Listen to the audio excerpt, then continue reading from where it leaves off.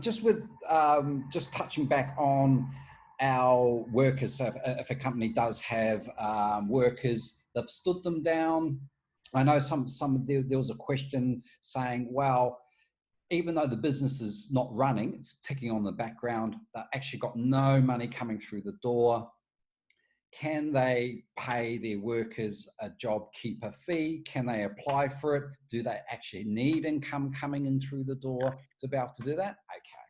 No, they don't, but they do need to be able to pay the staff that money. That's the thing. So, so if they're stood down and they're not like that, that's fine. So stood down so there's a difference between being stood down and being made redundant.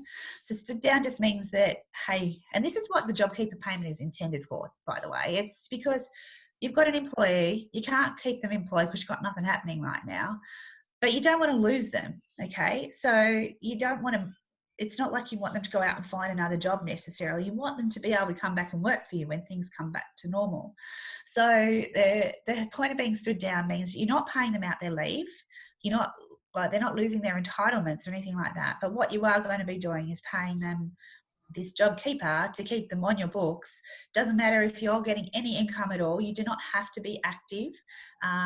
You know, you obviously had to have been at some point beforehand, but you know, the reason you're doing this is because you've been shut down.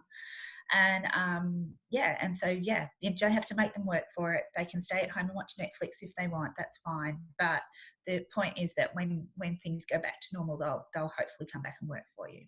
And if the employer can't, because they're obviously just keeping the doors open and they can't top up their normal wage, can they say, well, your hours have been not 38 hours a week, as an example, it's now down to 20 hours a week for that, $750 a fortnight?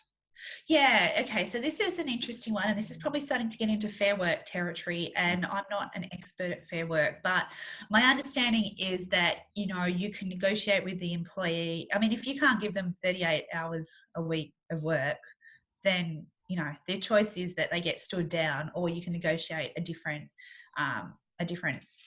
temporary arrangement with them so they get paid for what they're doing. Now, I do know some people are trying to make sure that there's like 20 hours of work for their staff so that covers the $750. You don't have to do that. Like, if it was me, I'd be looking at it going, right, well, what do I need my staff there for? If I need them there for 5 hours a week, then I'll employ them for 5 hours a week. If I need them there for 38 hours a week, I'll employ them for 38 hours a week. But you probably need to just check with the awards that your staff are under or any agreements.